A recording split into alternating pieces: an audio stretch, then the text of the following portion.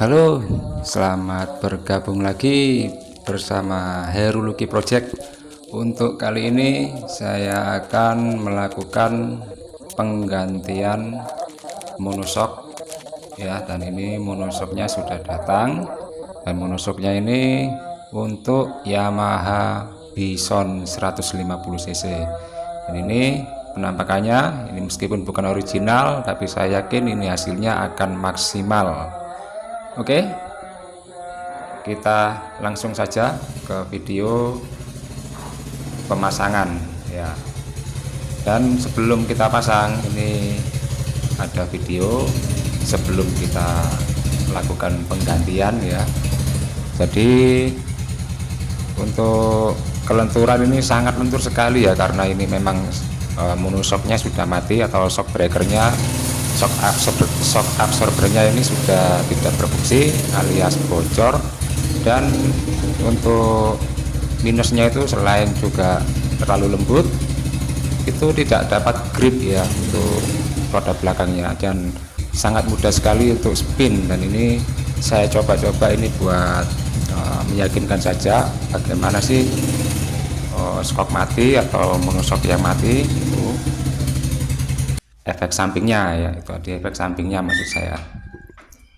Dan selain tidak dapat grip, itu juga saat menikung itu tidak enak ya, dibuat manuver sangat tidak enak sekali, sangat berbahaya. Di tikungan pasti melebar, dan untuk manuver juga saya sangat sedih sekali jika belum melakukan penggantian monoshock yang mati ini ya. Jadi sebelumnya kita bongkar dulu joknya, dan untuk yang sebelah samping ini juga kita akan bongkar. Ini penutup dari aki dan air filter atau filter udara kita lepas. Untuk penutupnya yang bagian samping, bukan box filter udaranya yang dibuka ya, jadi penutup samping saja, dan juga spakbor bagian dalam atau bagian yang bagian bawah itu kita lepas. Sudah selesai. Kemudian kita lakukan membuka baut atau yang sebelah kanan ini, murnya ya, yang sebelah kanan ini. Jadi kepala bautnya ada di sebelah kiri, dan yang kita lepas ini adalah mur ya. Murnya menggunakan kunci shock 17 mm. Dan untuk melepasnya juga ini sangat kuat ya, karena ini masih original, jadi belum pernah dibuka. Untuk membukanya juga sangat keras sekali ya punya untuk kekencangannya. Dan setelah dibuka sudah kita lepas untuk bagian bawah. Kemudian untuk mur yang bagian atas juga kita lepas dengan kunci yang sama, menggunakan kunci shock 17 mm. Dan untuk yang bagian bawah ini sangat terjangkau ya untuk melepasnya, jadi mudah dijangkau, bisa menggunakan kunci ring juga bisa, tapi ini saya lakukan menggunakan kunci shock. Yang penting jangan menggunakan kunci pas ya, kunci pas cukup dibuat menahan saja untuk bagian kepala baut. Jadi menggunakan kunci pas. Untuk melepasnya murnya harus menggunakan kunci shock atau kunci ring. Dan untuk yang bagian atas ini itu tidak bisa menggunakan kunci ring karena letaknya ada di dalam. Dan setelah selesai baru kita lepas untuk bautnya ya. Jadi strip bautnya ini atau baut panjang ini kita lepas menggunakan as ya, ataupun obeng juga bisa, obeng ketok itu juga bisa. Ini saya menggunakan as yang kecil, yang penting bisa untuk digunakan mengeluarkan baut bagian bawah dan bagian atas. Untuk yang bagian bawah ini saat melepasnya ini diangkat sedikit untuk armnya atau rodanya diangkat, baru bisa keluar dengan mudah. Dan yang bagian atas juga ini sangat mudah juga, cukup disodok menggunakan obeng atau as yang panjangnya sekitar 10 cm. Oke, setelah selesai dilepas, inilah kondisinya. Ini sudah banyak oli yang keluar. Nah, ini Nah, ini banyak oli yang keluar, bekas olinya juga menempel di mana-mana. Itu ciri-cirinya shock breaker atau shock absorbernya sudah bocor dan tidak berfungsi dengan baik, dan harus dilakukan penggantian karena sangat berbahaya saat bermanuver. Saat menikung juga bisa mengakibatkan melebar ya. Untuk saat kita menikung itu pasti efeknya melebar, dan untuk bermanuver juga tidak enak sekali, apalagi dengan motor yang bobotnya cukup berat ini ya, jadi bawaannya itu nggak enak sekali. Oke, dan di sini untuk monoshock yang baru ada seal ya. Ini ada seal, dash seal atau seal untuk menahan debu supaya tidak masuk ke lokasi bushing ya. Jadi ini cuman dapat seal aja. Untuk bushingnya kita lepas saja untuk bushing yang ada di monoshock yang asli atau yang original bawaan motor. Oke, untuk melepasnya ini kebetulan sangat mudah. Saya kira ini mudah sekali kan, langsung lepas. Saya kira itu sekali keras sekali, karena ini sudah 13 tahun ini tidak dilakukan penggantian. Oke, setelah selesai kita semprot menggunakan pelumas, kemudian masukkan bushingnya ya. Jadi bushingnya yang dari bekas yang monoshock yang asli itu dimasukkan, dipukul karena ini cukup sesak ya. Jadi bukan sesak sekali, cukup sesak.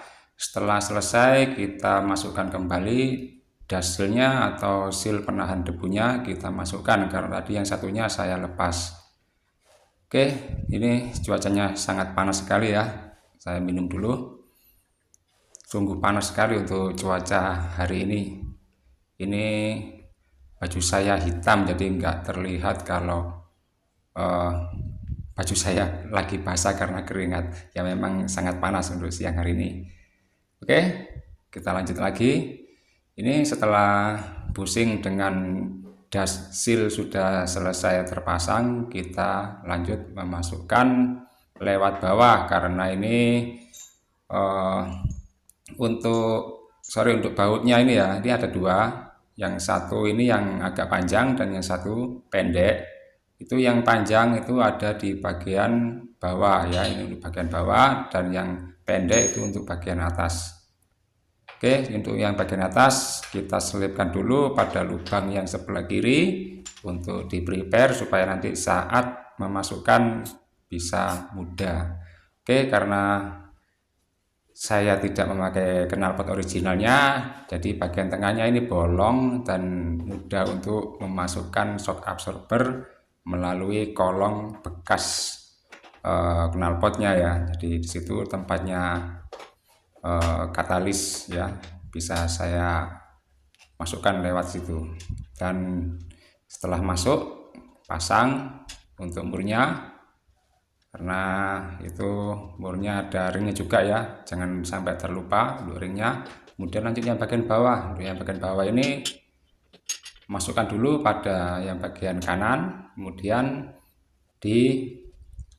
digoncang ya ini supaya pas lubangnya untuk ditekan ke bawah itu motornya yang bagian ujungnya. Kemudian jangan lupa juga memasukkan ring atau washer bawaan dan murnya. Oke, setelah semuanya selesai, kita kencangkan menggunakan kunci shock tadi, menggunakan kunci shock 17 mm, tapi sebelumnya ini karena masih agak jauh untuk mengencangkannya, jadi saya menggunakan kunci pas dulu. Untuk mengencangkannya untuk yang terakhir itu baru menggunakan kunci shock, jangan sampai menggunakan kunci pas ya. Sekali lagi, jangan sampai menggunakan kunci pas. Oke, ini juga untuk yang kunci shock bagian atas ini kita kencangkan sampai benar-benar kencang sekali. Nah, itu yang kunci pas bagian kepala bautnya saya pukul karena memang tersangkut. Oke, untuk yang bagian bawah dilanjut kencangkan hingga beberapa pengencangan ya. Ini saya kencangkan sampai 5 kali pengencangan. Dan untuk menahan kepala baut menggunakan kunci pas juga bisa. Setelah itu kita kencangkan untuk bagian murnya menggunakan kunci sok ya, dengan kekuatan yang cukup sajalah, yang penting dirasa sangat kuat gitu aja.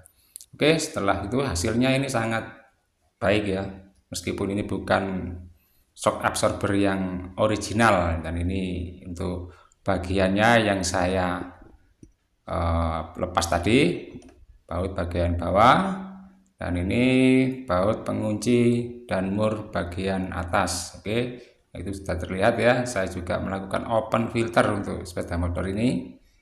Nah, itu bisa dilihat ya, sangat mudah kok untuk penggantiannya. Saya rasa semuanya bisa melakukannya.